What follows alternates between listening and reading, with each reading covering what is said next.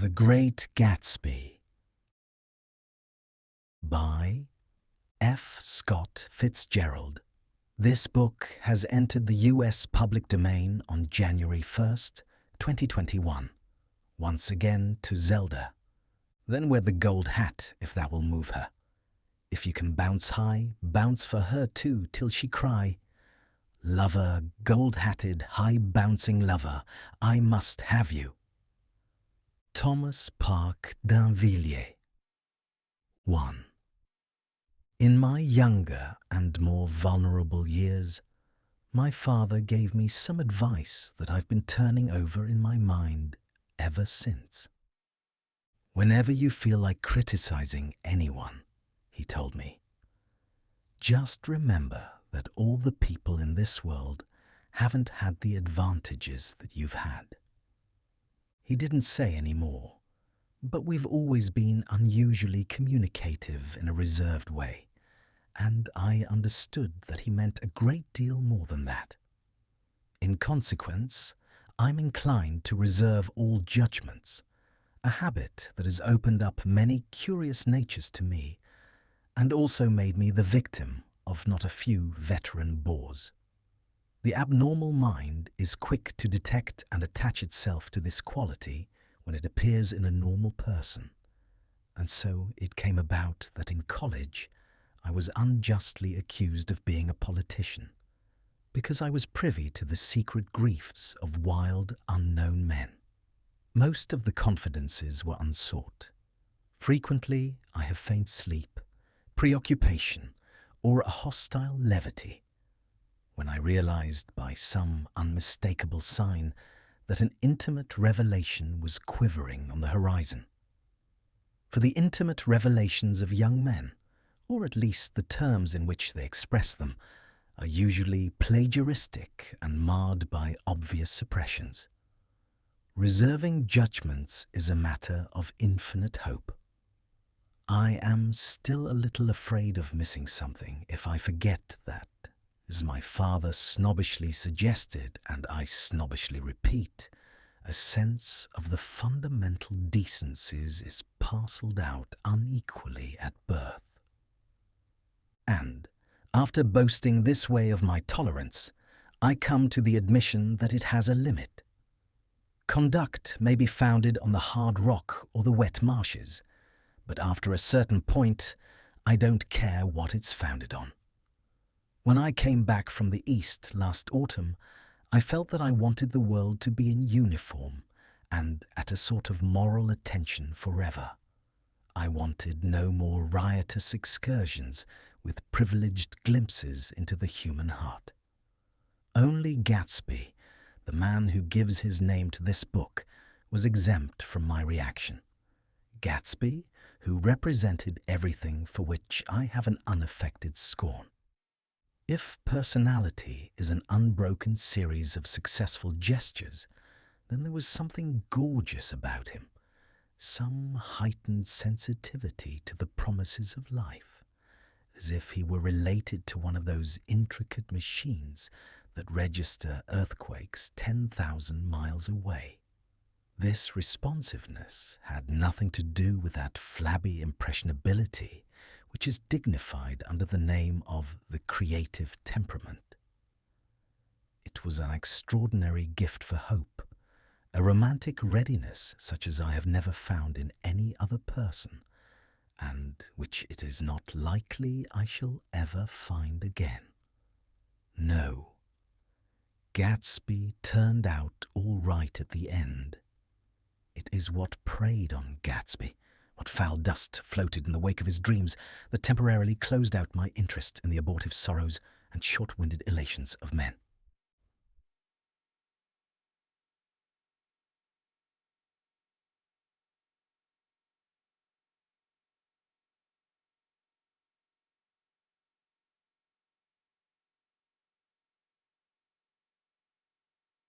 My family have been prominent, well-to-do people in this middle western city for 3 generations. The Carraways are something of a clan, and we have a tradition that we're descended from the Dukes of Buccleuch, But the actual founder of my line was my grandfather's brother, who came here in 51, sent a substitute to the Civil War, and started the wholesale hardware business that my father carries on today.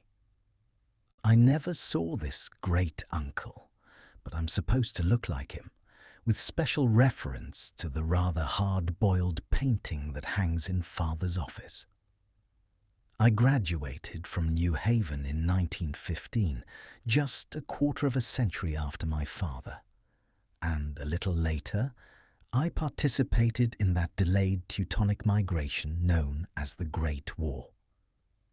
I enjoyed the counter-raid so thoroughly that I came back restless. Instead of being the warm centre of the world, the Middle West now seemed like the ragged edge of the universe. So I decided to go east and learn the bond business. Everybody I knew was in the bond business, so I supposed it could support one more single man. All my aunts and uncles talked it over as if they were choosing a prep school for me, and finally said, "Why, yes," with very grave, hesitant faces.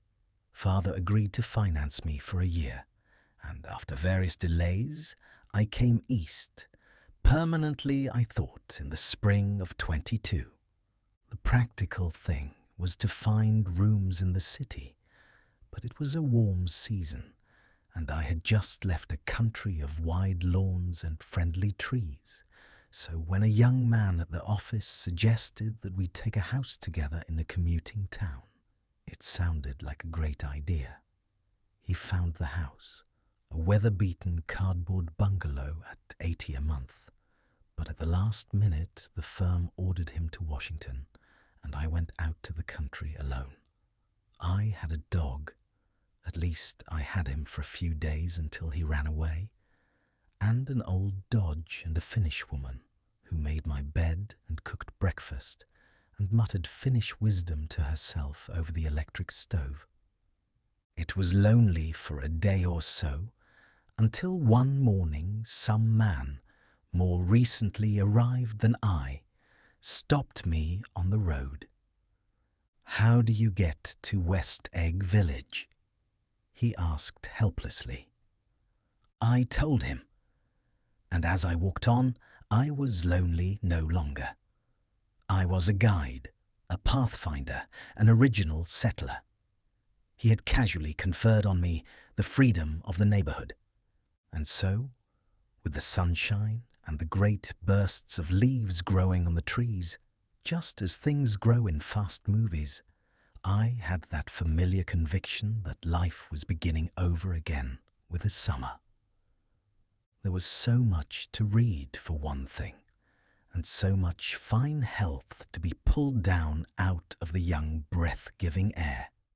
I bought a dozen volumes on banking and credit and investment securities, and they stood on my shelf in red and gold like new money from the mint, promising to unfold the shining secrets that only Midas and Morgan and Maecenas knew.